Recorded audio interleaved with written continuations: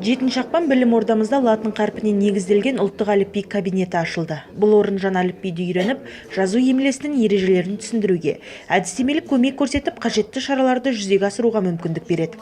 Алдағы уақытта мұнда ұлттық әліпби жайлы дәрістер, оқу курстары мен семинарлар тұрақты түрде өткізіліп тұрады. Ол үшін кабинет арнайы қажетті бағдарламалар және заманауи техникалармен толықтай жабдықталған. Сонымен қатар тіл білімі саласы бойынша жарық көрген ғылыми еңбектер, түрлі кітаптар кабинет төрінен орын алған. Аталған кабинет қызметін пайдаланамын деушілерге арнайы порталдар орнатылған. Сол арқылы білімгерлер латын әліпбиіне қатысты мол ақпарат көздерін алуға мүмкіндіктері бар.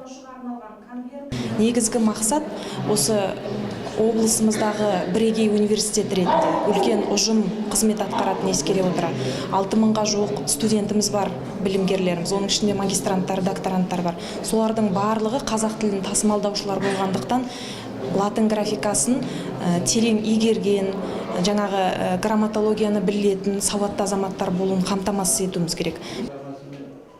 Самал Ашырбекова, Ділмұрат Қизатұлы, оқу телестудиясы.